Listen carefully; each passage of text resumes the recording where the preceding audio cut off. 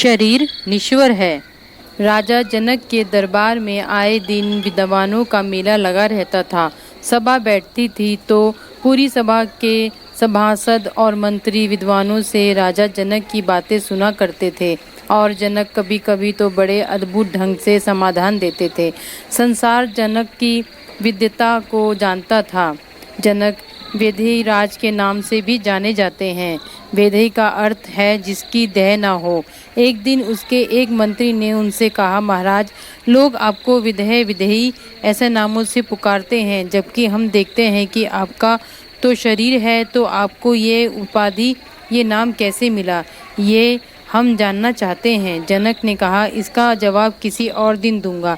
बात वहीं खत्म हो गई। अगले दिन राजा जनक ने सभा में उसी मंत्री की ओर इशारा करते हुए कहा कि इन मंत्री जी से राजकीय कार्य में एक बड़ी चूक हो गई है, इन्हें मृत्युदंड दिया जाता है। ऐसा कहकर राजा जनक ने फांसी देने का दिन और समय भी तय कर दिया।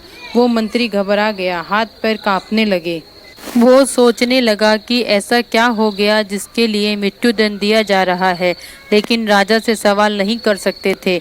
वो मंत्री भी विद्वान था। उन्होंने सोचा, राजा ने सजा दी है तो उसे मानना चाहिए।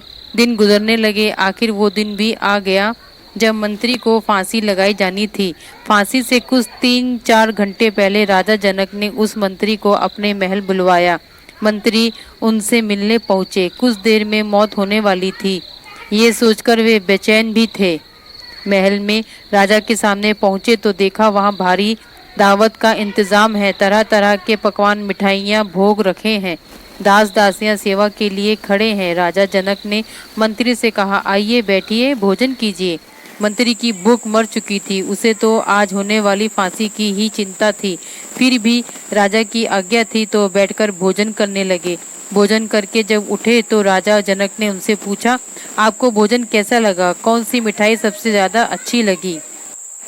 मंत्री ने कहा, महाराज, कैसी मिठाई, कैसा भोजन? मेरा तो पूरा ध्यान कुछ देर में मिलने वाले मृत्युदंड पर था। कुछ देर में शरीर छूट जाएगा, फांसी लग जाएगी, फिर भोजन का क्या स्वाद?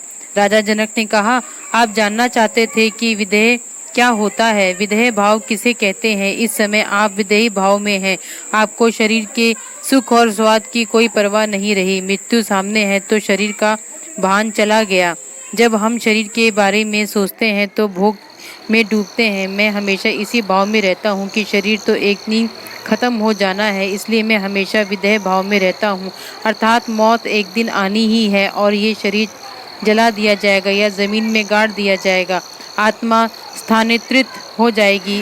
इसलिए हम शरीर के साथ जो भी भोग करें वो इस भाव में करें कि एक दिन इसको समाप्त होना है। यही विदेह भाव है।